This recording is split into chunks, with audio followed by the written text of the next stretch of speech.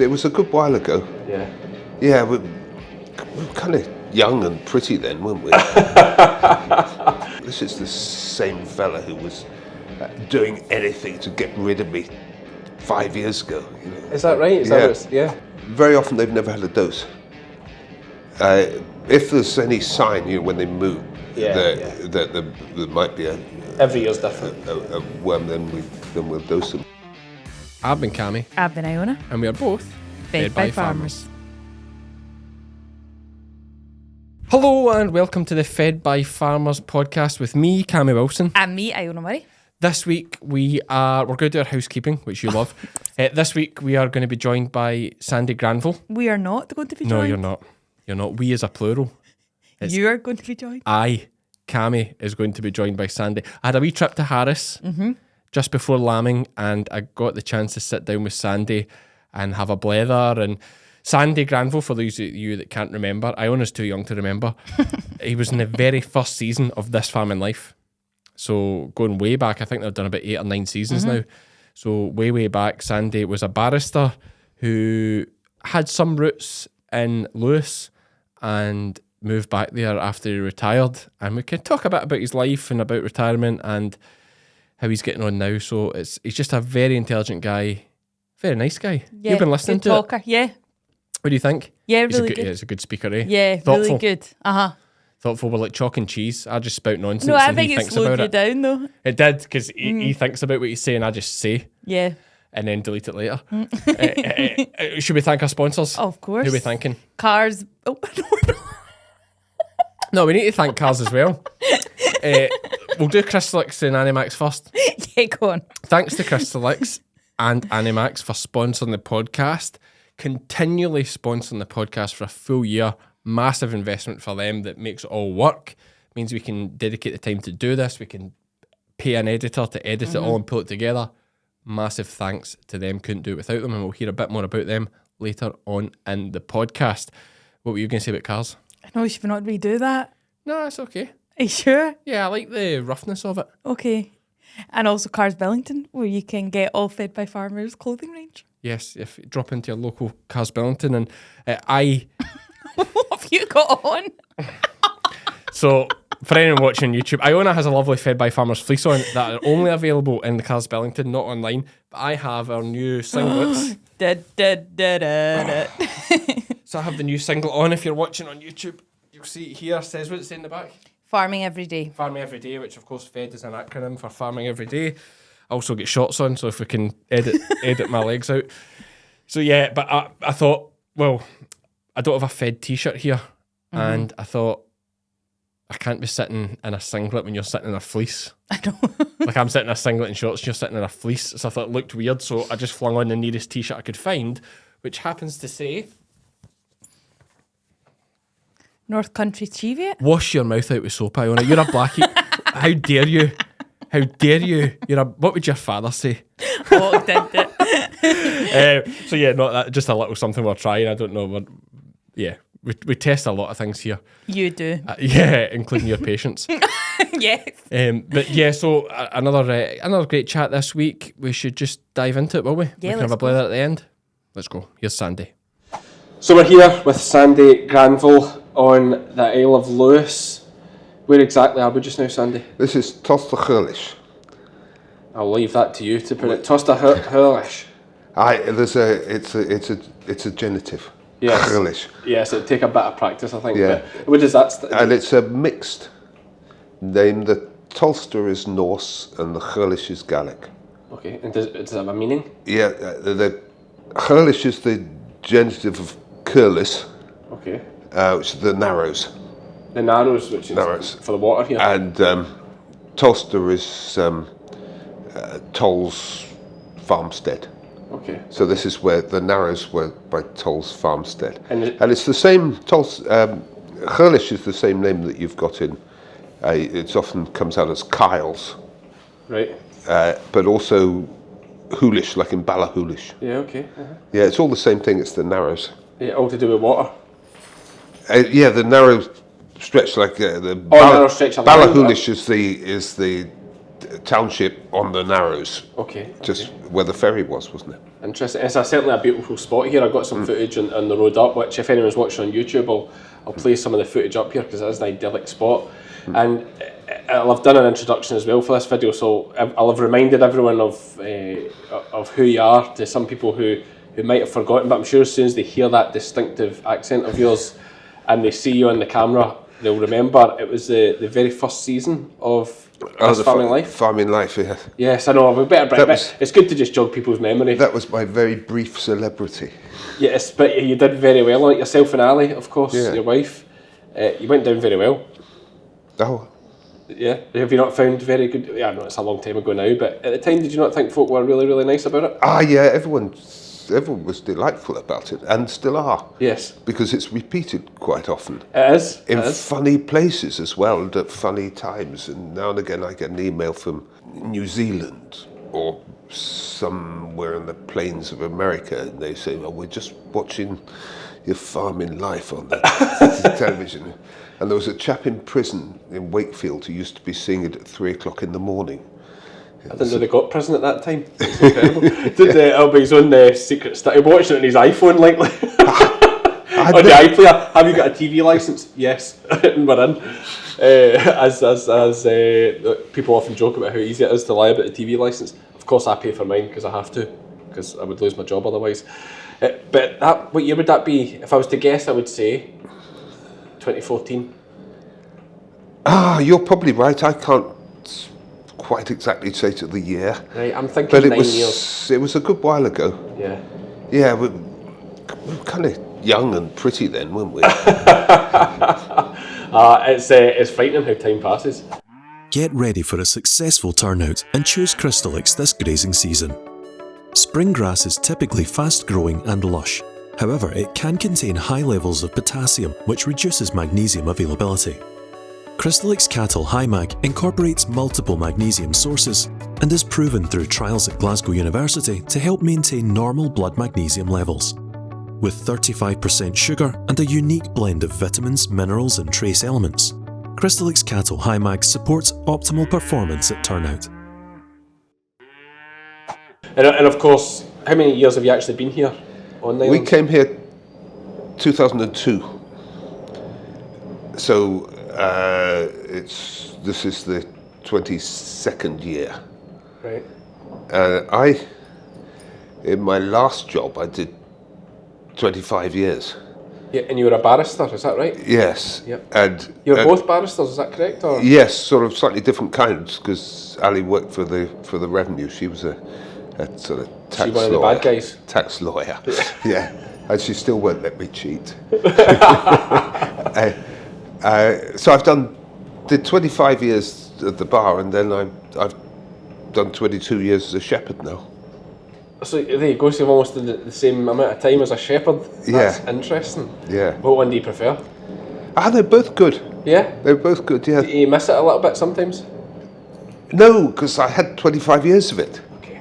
But it was good, but I had to stop. I was getting really pompous. Yeah. You know, it's quite difficult when you start. Is that not how you know you're a good barrister? The more pompous you are?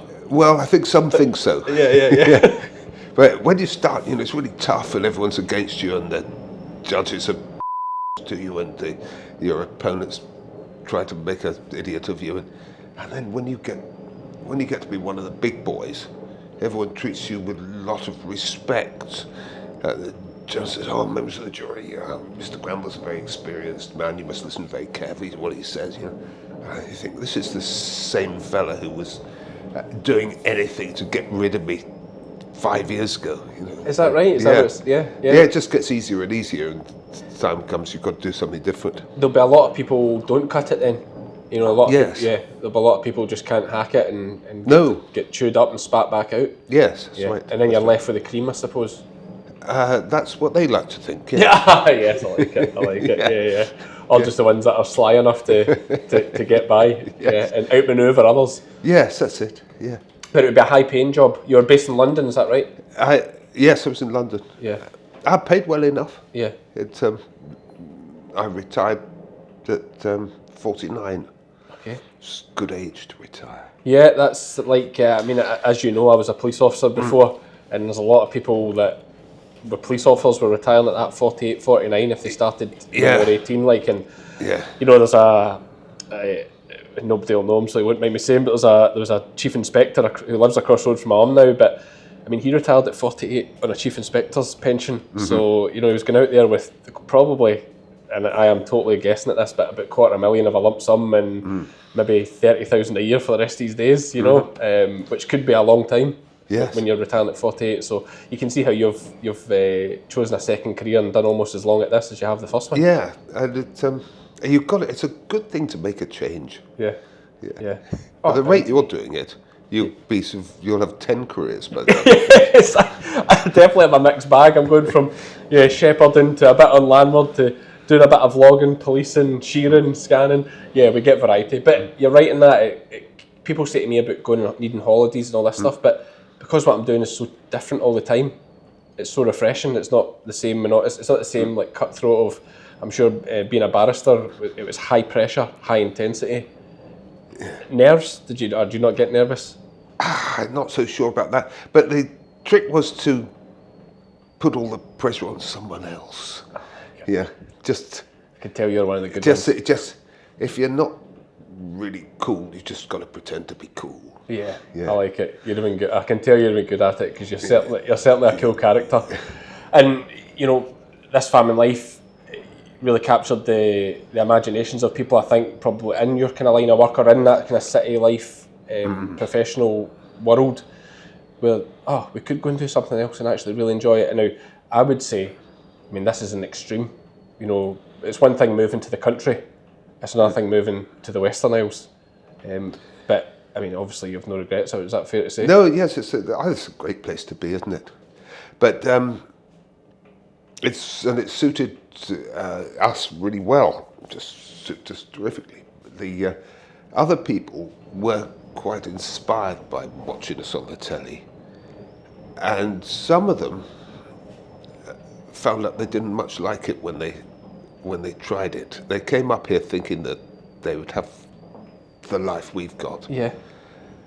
And found they didn't really. It was a bit tough in parts. So this is people perhaps you knew, was it? Yes, so they'd come and see me. Yeah, and they would. Did you have some of them actually make a move? Or? Yes, they made a move. There's 2 or 3 people who were, were kind of inspired by watching that program. Yep. And then found they didn't much like being out in the howling hailstorms, feeding their cattle every morning through the winter, and decided to maybe try something else. And then moved away again then? Yes, or just gave up the crofting life. The crofting part of it. Because that's one thing I'll say about you, is like you're so well integrated here in the community. Like you really have thrown yourself at it. Would that be fair to say? I think so, but I think it's mostly the dogs. Because you've got good dogs? Yeah.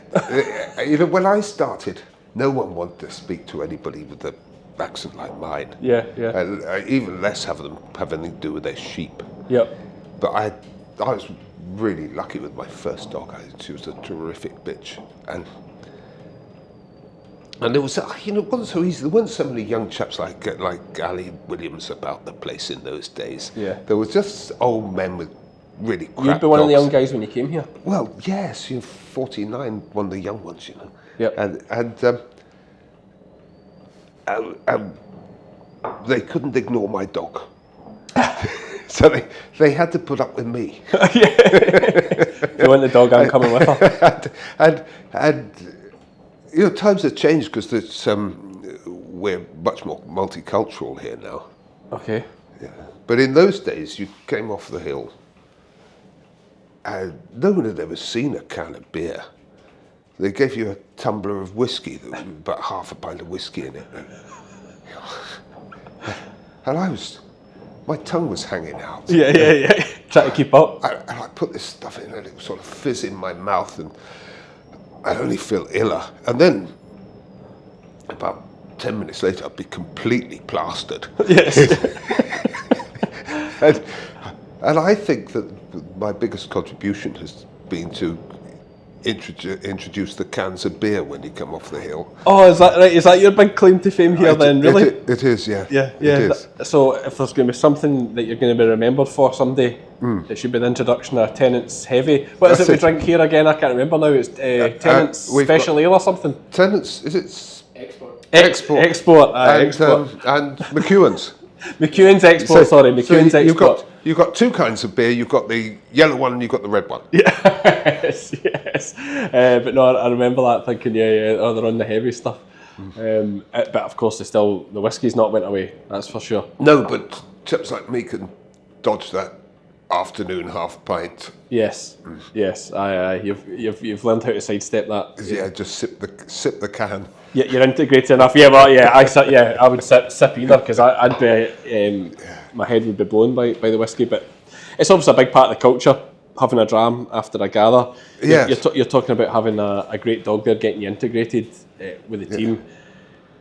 I mean, back when, I know it's only 22 years ago, like we're saying, but were you going out with the guys and was it all Gaelic? Yes, it was really. Yeah. And it'd be great for them because they could say whatever they like about you. Yeah, but I got a bit of Gaelic. Yeah. My Gaelic is kind of, it's good enough to understand the whole joke except the punchline. Right, okay. But then sometimes that can be a culture thing because like my partner Lizzie is English and there's a lot of Scottish kind of humour that she'll like understand what I'm saying but doesn't get why it's funny. She's big on that. Is it funny? She's big on that. Like she'll just tell me that's not funny. You just think that's funny. So you're Gaelic, but you're the kind of learned type guy. I can imagine you'd get stuck right into it. And get My immersed mother into was a Gaelic speaker. Oh, was she? Yeah. Oh, fantastic. So she didn't teach me any though. Oh, right, okay. Because Gaelic was the language of the losers. Well, yeah, okay. Technically, yes. Yeah. And so she wouldn't, didn't want to lumber me with it. Your mother was originally from the islands then, was she? Or Yes, she was. are you a bit kind of history, a bit like Donald Trump? No. No, what was her story again? She was entirely different from Donald Trump. She was. She's went. His mum was from where? From Lewis? Not from Lewis. Was it from Lewis? Yeah, she was. She was from. Tongue. Yeah. Tongue. There you go. Yeah. But I'm always telling all the Herocks that she came from Harris, really. Oh, right. Okay. And they give me funny looks. They say, "I'm sure that she didn't." Yeah. Put down to the south side. To the north, it is Harris, isn't it? No, south. South. Aye. But we do have this thing. I don't know if it's the same way you are, but here it's very well established. You go up south and down north. Right. Okay. That's the Lewis way. Up south and down north. Yeah. And so just to touch about your mother was an island, but not from here. In fact, my mother was born on the croft next door to this one. Wow. So that, I'm guessing then that's part of your thinking for coming here, was it? No, not really. Right. I wasn't looking after roots. The reason we finished in this village was that there was a cousin of mine here who knew we were thinking of going somewhere. Yeah. And he phoned me one night and he said, I just heard that Kate Anna Choshik, who was the woman who owned this croft, had been in the post office and she said to somebody she was thinking she'd sell the croft and the old houses down there. And it seemed a good thing. So I phoned her that night. She lived in Glasgow. And I asked her how much she wanted for the croft. She told me and I said, right, I'll buy it. And she said, but you've never even been in my house. You've never even seen it? Or had you seen it? And then, I don't suppose I'd ever noticed it. Right. Yeah. And then about 10 minutes after we'd agreed everything, her daughter phoned up to find out if I was a nutcase or not. Yeah, my mum thinks there's a scam on the go here. Because some madman's just phoned up to buy a croft he's never seen. Yeah. Yeah. That's so literally that true then, just you bought this place without seeing it. Yeah. That is crazy. Yeah, I don't nutcase then. That is crazy. And like, you've won a watch then, because I mean this place is, I'm not saying it was this incredible when you got here, I'm sure you've done a lot of work to it. I mean the kitchen for a start is just no, a we beautiful built place. this house. Oh, this whole house was built? Yeah. Oh, there you go, that it's The old house that we bought is down bottom across the road, and it's just a standard Lewis White house. Right, okay. That makes a lot more sense, because for you to have just randomly bought this place without seeing it and for it to turn out as beautiful as it is would have been an incredible stroke of luck. But yeah, as I say, you've been here a while, so you obviously have your roots here in a roundabout way. You know. Yeah, a little bit, but not really. You know, I'm English. Yes. Yeah, everyone knows I'm English as soon as they hear me, don't they? But at least you could say your mother was a Gaelic speaker. It's a kind of way in.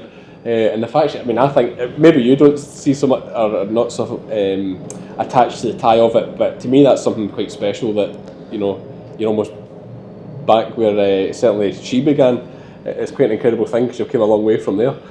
Do you have any, you'll still have a lot of connections in London, but I take it you don't do any of that line of work at all now? No. Did you just go cold turkey? Yes. Yeah? Yeah. Just moved up here, that's it? Yes. Right, yeah, I find that interesting as well. I thought, you know, a man at 49-year-old and at such a high level would just think, oh, just dabble. No. I was a shepherd then. Yeah. And of course, the last time, was it the last time we saw each other? I think it was in the Shants. Mm-hmm. And we made an incredible video that time. It was a fantastic trip. And again, if anyone's watching on YouTube, we'll cut in some shots to that. There's one place, and everybody who knows the way is dead except me. You're a bit of a machine. I'm a poor old man now, Yeah. just staggering through.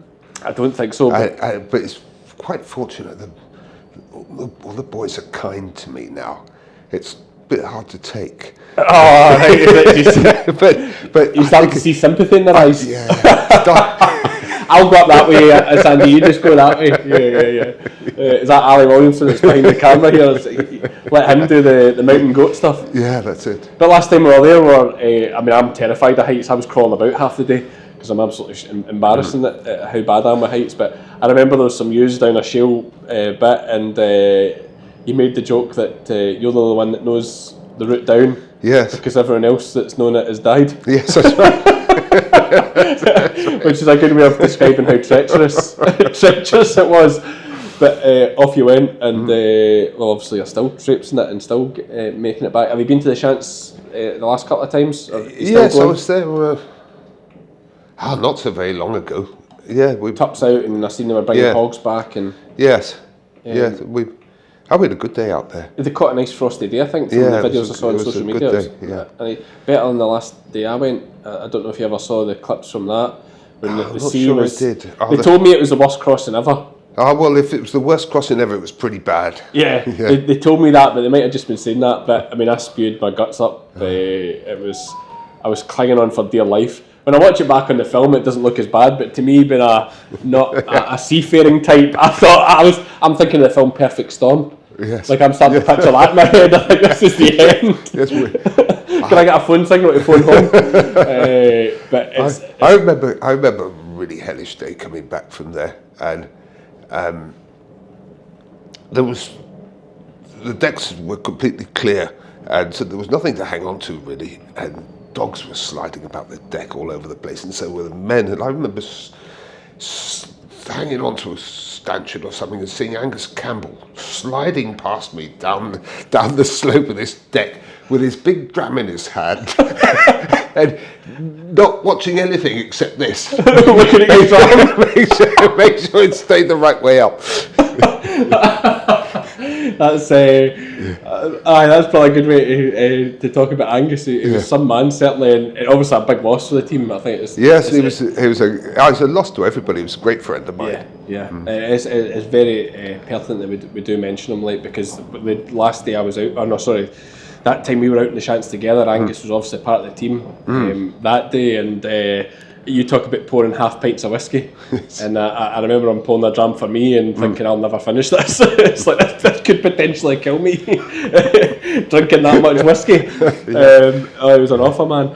But yeah, I got a real character, Yeah. and yeah, I saw loss. So that's a great anecdote of him. I'm sure that there's many. One thing you were famous for on your This Farming Life thing was your mutton boxes. That was I think it was an eye opener even for other islanders. I'm sure found it fascinating as a route for maximising returns on their stock, because it's difficult in Ireland to maximise Yes. returns. Yes, and it's surprising how little meat goes off the island still. You mean as in a butchered product? Yes, Yeah. yes. Most of what goes off the islands is livestock. Yeah. Yeah.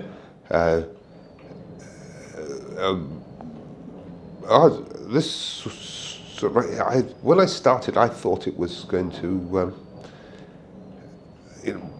bring something quite big on, and other people would all join in, and other people have joined in. Yes. But it's still quite a small thing. Yeah. We. So you thought you'd get your other sheep breeders together and Yes. expand this business of Yes. exporting Lewis and Harris meat? Yes. Well, interesting that it hasn't. No, it's just a sort of little select band. It's a cooperative, but it hasn't. Mind, but perhaps the demand's not there either. We sell quite a fair amount now, but Are you still doing your trips down? Yeah, still doing the Are you still trips. packing the jeep? With no. It's all in the hired chiller van. So you hire a van for the trip this time? Yes. I take it you've been doing that for a few years, have you? Yes. In fact, I had my own van for a while, Okay. but it sort of makes more sense to have somebody else's, and then when it breaks down, it's their problem. And for all the time you use it, Yeah. for just some big trips, yeah. Yeah.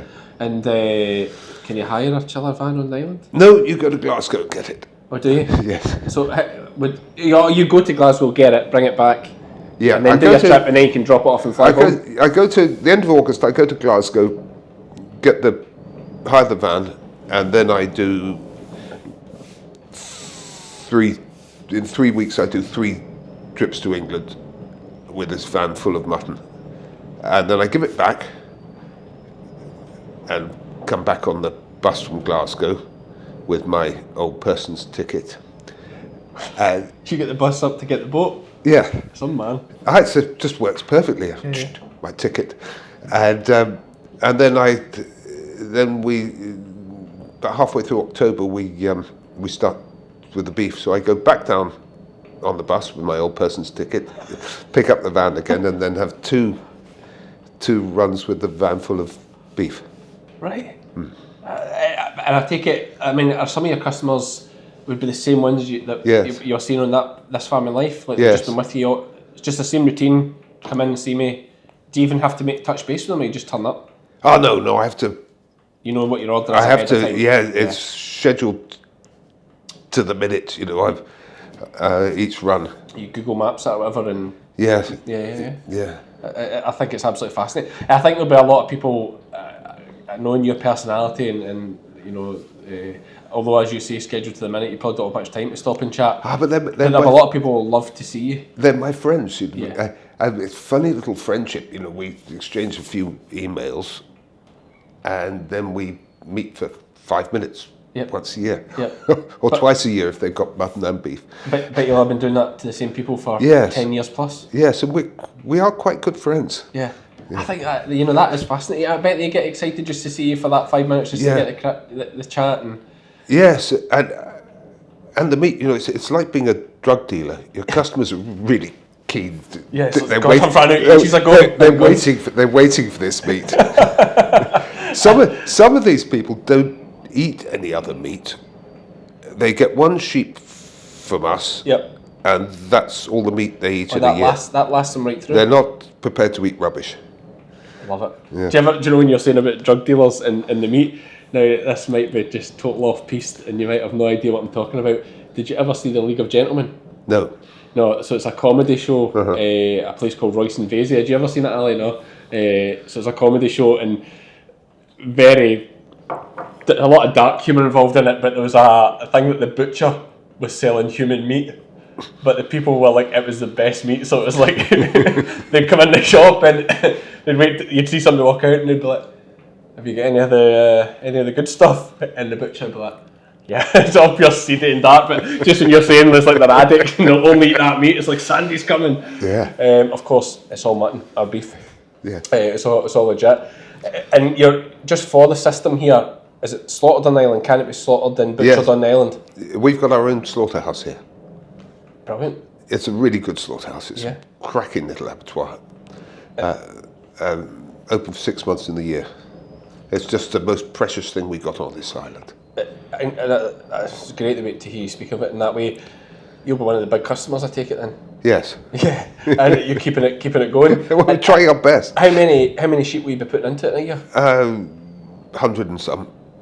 That's a lot of meat. Yeah, and we did 8 cattle beasts last year. Right. I mean, I take it's all via email for orders. People email the orders. Yes. Are you still looking for new customers or not really? Oh yes, and then I can pass this business on to the next generation. Right. Okay. I think we got to. The way it is now, it's a bit difficult to find enough beef to feed them all, but there's enough chaps involved in the mutton that we can expand it to. Yeah, if you need it. Plus, if folks see it, if you say, "Listen, here's the price we can offer you," send them our way. Yeah, you could really bring folk into the fold. Well, what's the email address? sandysmutton@gmail.com. sandysmutton@gmail.com. Okay, we'll put that in the podcast. And if anyone mainland UK, I'm taking. Yes. Anyone mainland UK, if you're wanting some of Sandy's mutton or beef, drop an email. Best of gear. And it's all. Let's just talk about we know the provenance of it's obviously out the back door, but this is just grass fed, is it, or are they getting some concentrate feed or? The Wedders have never had anything artificial in their lives. Is that right? They come off their mothers and they go to an island, and then when they're a year old, they get moved off that island and they go to a different island. And you say never had anything artificial, but do they get a dose or anything at all? Or they just get a fluke dose or that, just the normal stuff? Very often they've never had a dose. If there's any sign, when they move, that there might be every year's different. A worm, then we'll dose them. But mostly, they're in pretty clean places, eating clean stuff. Yeah. Covering a lot of ground. Totally organic, totally naturally done. Yeah. And your interesting thing that some people might find interesting is the fact that you're not selling lamb, it's mutton. Yeah. And by mutton, you're talking about these whales being 2 years old? Or They're thereabouts? 30 months old. 30 months? Yeah. And why do you think that's better? Well, it's, they used to say here, chicken and lamb are very good food for invalids. Right, okay. Most of us think that really good, full-flavoured beef is much better than veal. The only way you get a decent flavour out of veal is you cover it in loads of sauces, don't you? Yeah. And it's the same with lamb and mutton. That's a full flavour in the mutton. These are mature beasts, and so that's what makes the meat much better. And but it's also it's pretty nice not killing something just a few months old. Yeah. Let them grow up and be big full-grown animals. Big and ugly. Yeah. Yeah. No. Listen, I absolutely. I think there's probably a lot in what you say there. And another factor being with you being on the Western Isles here, certainly, it probably does take that little bit longer to maximise the potential of stock. Yes, to make good meat, you can't rush. I like it. So these chaps are just making it on what they're foraging on the hills on their islands. Yeah. You say grass fed, but it's there's only a bit of grass in amongst that stuff, isn't there? I don't know. Honestly, like driving about here, I've obviously just came from Ayrshire this morning, and every time I come here, I look about and think these are hardy sheep. Like, yes, this is a hard place. I mean, it's 60, 70 mile an hour. People will be able to hear it in the background, the wind noise. It is blowing an absolute gale out there. I mean, we're looking out onto the sea here, and the swell and the breaking of the waves. It's like, it's a miserable day to be outside being a sheep. And this is quite good country for Lewis, you know. You go a bit further south and it's just sheets of rock, isn't it? Yeah. Oh, it's like a desert to me. It's like compared to where I'm from, you know, it is a barren, difficult place. But it makes hardy folk and it makes hardy sheep. Yes, it probably makes the best meat. Yeah. If you do say so yourself. I'm quite sure it's possible to get pretty good meat other places. It's just you don't find it very often. It's just unlikely.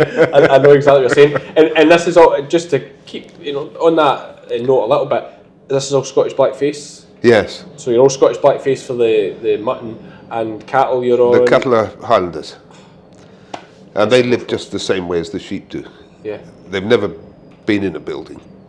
But they must get a little bit of feed over the winter. I go up every morning and they get some hay.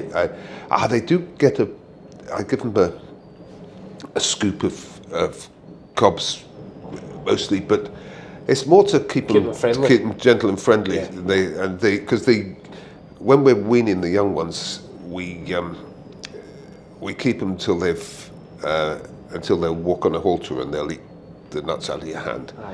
And so it's, I guess the scoopful that they share between them is de minimis, really, isn't it? Okay. Yeah. Oh, yeah. It's more for a handling benefits.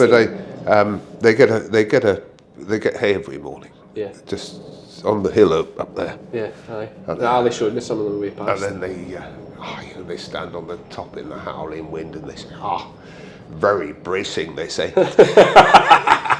Hardy cattle. So proper native breeds for Highland cattle, with Scottish blackface sheep, Sandy's mutton boxes. Listen, I want to hear back. I want to hear back from either yourself or from Ali that you've had 100 emails from this podcast. Be interesting, wouldn't it? Yeah, it will. And listen, I think you deserve it. I think it's a fantastic thing. I'd be tempted to sign up for some myself. It wasn't the fact that I've already had to buy an extra freezer for the amount of bloody lamb that we have through various, you know, that one's not suitable, it'll go in our freezer type thing. So yeah, we have lamb about twice a week just now, and it's interestingly, we had 4 done not that long ago that they'd be about that 30 months. Yeah. And that's what we're working through just now. They were Valley Blacknose crossed with a Jacob. And they were such funny looking beasts, I guess. Yes, they weren't the animal to send to the live ring.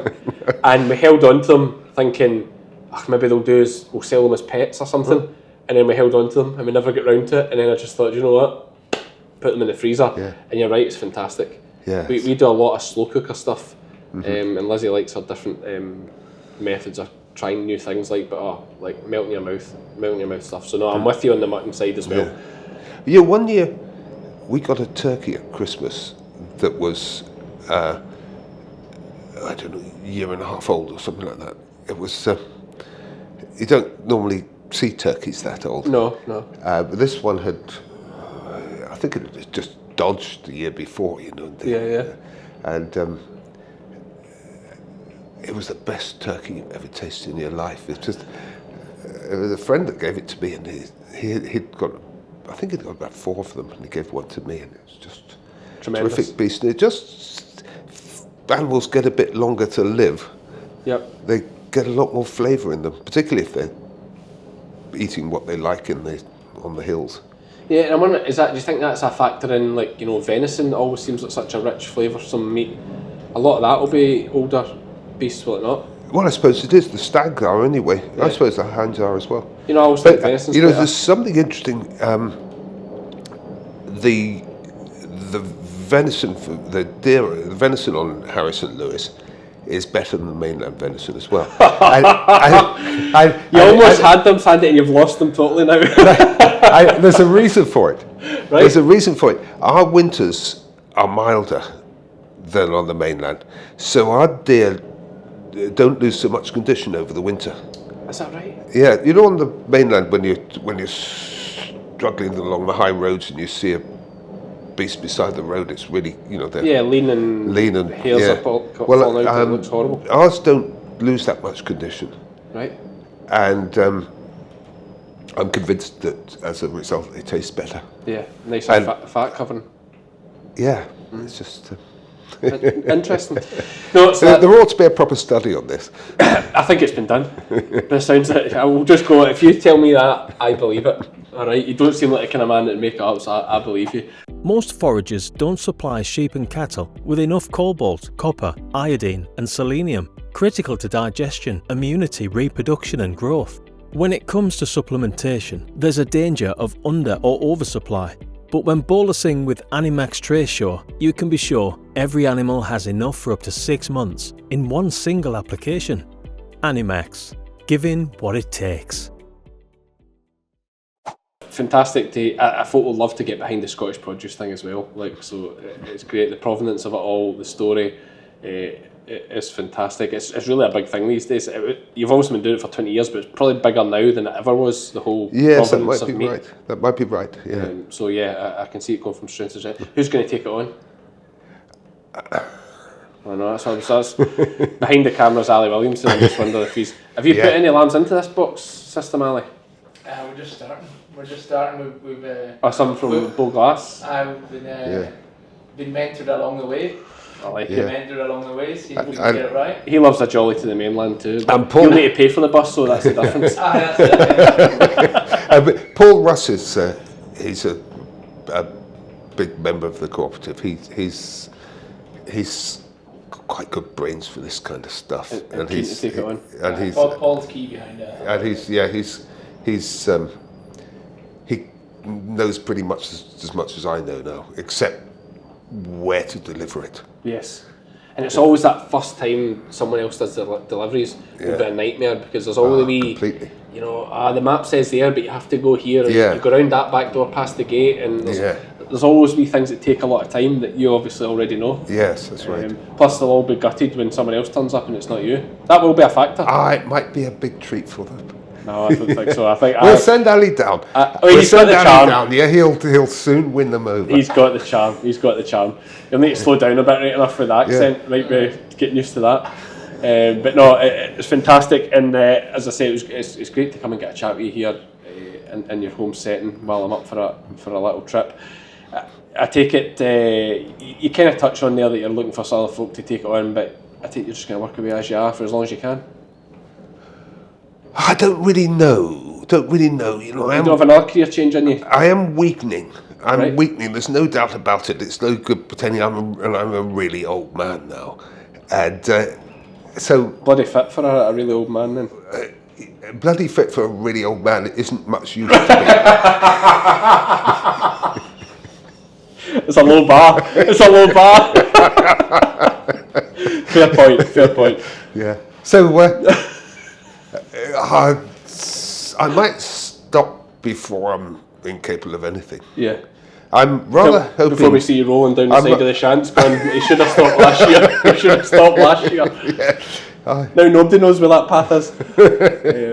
Yeah, but I'm rather hoping that my son Alex is going to finish up here and I can just pass it over to Pass the him. reins over. Yeah. So you'd like it to stay in the family? Well, everyone would really, wouldn't they? Of course. Just a bit of continuity, and it's pretty rare up here now. You know, it's Young there's- people want to leave the island. Is that- Yes, and there's as many people want to be spending their days cold and wet on the top of a hill here as there are in Edinburgh. You know, so it's only the odd one Yeah. that decides, well, maybe they'll give it a go. Yep. Yep. Because in the past, everyone had to do it. There wasn't any choices. Yeah. And so, you know, by the time your father pegged out, you were just so used to it. It just been improved because you didn't have to take quite so much abuse anymore. Well, I suppose social media as well opens everyone's eyes to what else is out there, which you didn't have back in the day. You know, No. you really knew was what was in front of you. Yes. Whereas now you can be like, oh, I could be doing that. And the big day out was the communions. Yes, there we go. Which, yeah, and things change all the time. Obviously, it's a very religious island. Do you work on a Sunday? Oh, not in TC, no. No. No, we're pretty traditional village here. Yeah. You'd be. It's one thing being a bit of an outsider when you come, but it'd be another thing altogether if you started doing things on a Sunday. Is that fair to say? Yes, it's we don't want to disrupt things. No. It's there's mostly with rather traditionalists. But We came here. We came here because we liked it. Yeah, but that's a beautiful thing as well, and you're touching on a really hot topic there, because and you hear people talk about it all the time. It's like people want to go somewhere like go to the UK or go to rural Scotland or whatever, but they want that place to change to suit them rather than coming and fitting in with what's there. And like you're doing, so it speaks a lot to your character, to both of you and Ali, that you've came here and you've adapted to suit the culture, but it also suits you, of course, as well. Yes, it suits us. Yeah. But it's not Well, just Sundays, it's not just the incomers, you know. Yeah. A lot of the natives, you know, they belong here, but they'd quite like to be living in a suburb. So they've got this sort of dilemma. It's they'd quite like to change it into something like Fort William. Right. Okay. So yeah, what you're actually finding is people are moving here because they want this lifestyle, but some people that live here already actually want. Yes. Yeah. Okay. That's an interesting thought. And one thing, just I'll wrap it up just very quickly. But have you ever written a book? I did actually years ago. I wrote a book. You did? Wrote a novel, but nobody published it. But like a fiction. Yes. But I think, should you not be writing an autobiography as such? You think A memoirs? You think when I get too feeble to do anything, perhaps I should start that? Yeah, the pen is mightier than the sword. Assuming that the brain has survived the body. But that is the trick. That's why you should get onto it sooner rather than later. And worst case scenario, if nobody publishes it, you could print a few out and stick them in the lamb boxes. As a little bonus. Sandy, it's been great to chat to you. I appreciate you giving me some of your time and coffee, and Ali made a fantastic cake as well.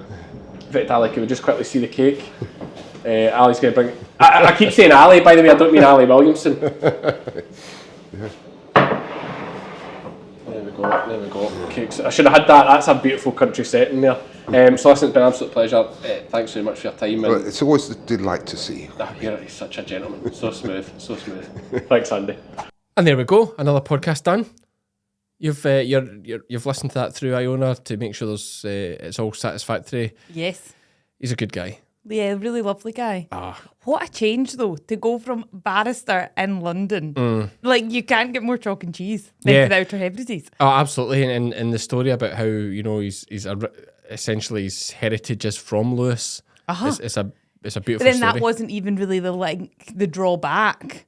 No, I mean, he says that, but I still feel like Yeah. it kind of was. You know, he says that didn't drop, but obviously it's not for me to say what he means, but I No, just but felt like maybe there is it's something. too coincidence, eh? Too Yeah. much of coincidence.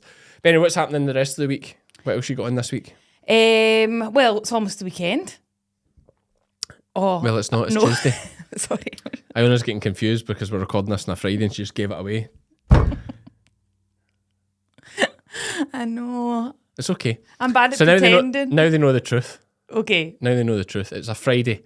It's sunny Friday. It's Scorcher. Good weather, isn't it? In fairness, I think the Tuesday this goes out, it's going to be a Scorcher as well. Has it? And you've started your shearing.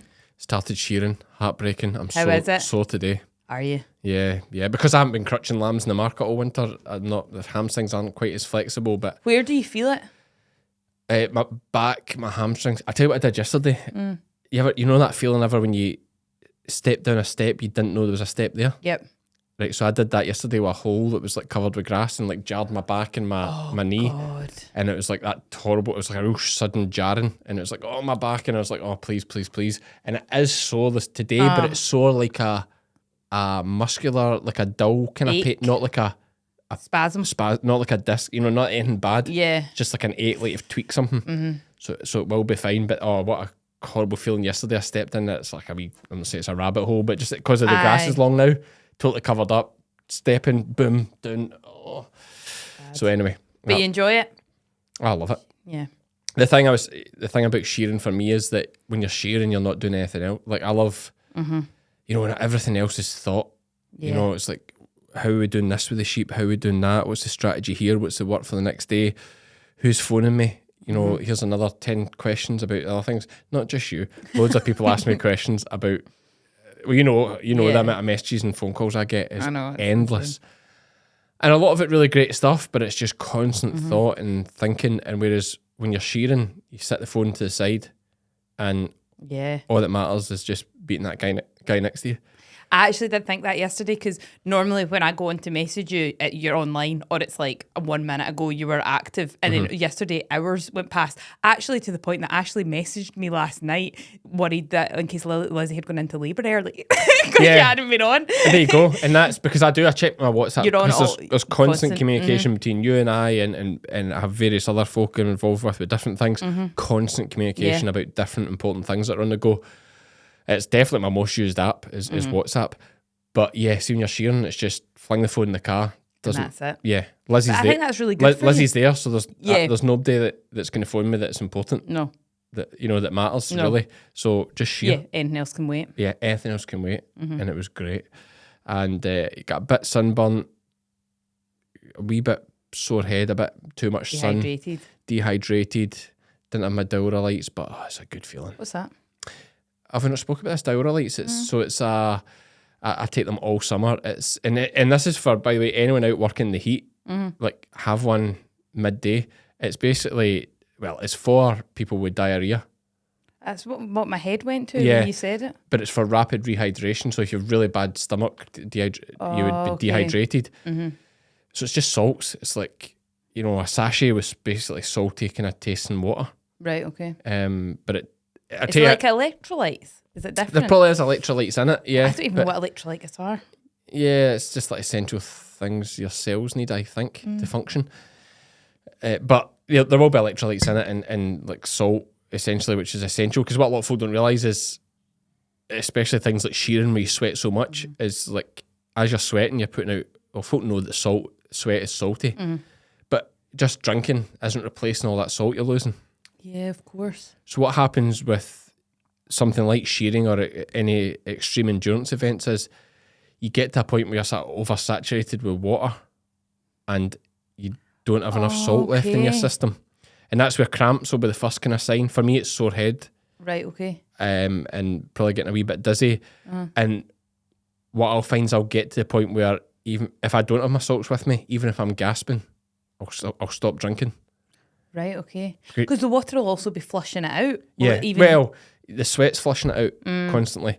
But like what happens is you start gutsing water and you end up just being sick because the water just can't be absorbed anymore because I think you need the salt as part of that. And there's a great example of it. There was an Ironman athlete died of his brain basically swelled because he just guts water and didn't have any salt. So it is very dangerous. Yeah. It Yeah, can kill it you. is. It absolutely can kill you. Especially in the heat, Cammy, you need to watch. Yeah, shearing outside's a stupid thing, but we still do it. But that's where Dowra light sachets are great. And you get them at, I buy them by the box load. You get them in Tesco's or Asda or wherever you shop. And other supermarkets are available. Why do you not like Tesco or Asda? I was waiting for you to just list all the shops that you can buy them in. That's the first two that I think. What would be your shop of choice? Sorry, just a side note. Oh, I mean, I like Morrison's. Me and Rachel have just discovered Morrison's. Morrison's is absolutely brilliant. Yeah, great It layout feels and more everything. like a Farmer's market. Yeah. Yeah, they're very clever. There was a big thing this week. We're going into a Friday chat here, but there was a big thing this week about Morrison's is now going to stock New Zealand lamb. So Morrison's were always UK lamb. right. Okay. And now they're going to stock New Zealand lamb. And people are up in arms about it and going mental, but we've discussed this before, and that like UK lamb is such, like, is that a bad thing? That's what I'm not sure about. I know, like, I know is you say UK it, lamb yeah. just such a premium product that the supermarkets can't afford to stock it? Like I've said before, like bluefin tuna, proper Wagyu beef. You don't see, I know these things aren't UK, so you can't see them as homegrown, I but know. is UK lamb just, like, I would rather we get the price we're getting for lamb just now than get the price New Zealand get and we're in the supermarkets. I know what you're saying. I think folk are going hard on the New Zealand thing, but New Zealanders are getting £60 a head for their lambs. It's shocking. It's a disgrace, actually. So no wonder the supermarket can... I mean, how could a supermarket buyer that needs to supply lamb to the shopper look at this New Zealand lamb at pennies and the UK stuff at a fortune and not say, I think we need to switch? Yeah, I know. Do you know what I mean? It's, No, I know. like, everybody's giving them hate, but if it's a choice between we just can't afford to buy lamb or we stock New Zealand stuff. And listen, I'm pro UK. I mean, we wouldn't buy we would never buy New Zealand lamb. Like, I just would never do it out of principle and out of pride of our own produce. But I don't think there's anything wrong with it. No. Do you know what I mean? Yeah, I do know what you mean. So anyway, that's us. We've went right into it off the back of Sandy. Nothing to do with Sandy's. We should always do a Friday chat first. Yeah, and get it out of our system. Get it out our system. Yeah, okay. Yeah. Well, we'll do that for the next one. Anyway, that's us for this one. Thanks as always for listening. Thanks to our sponsors, Crystalyx and Animax. We'll be back on Friday chatting more nonsense, will we? Well, you've got a busy week. Yeah, we'll fit one in. Okay. We'll fit one in. It's good crack. I've been Cammy. I've been Iona. And we're both fed by farmers.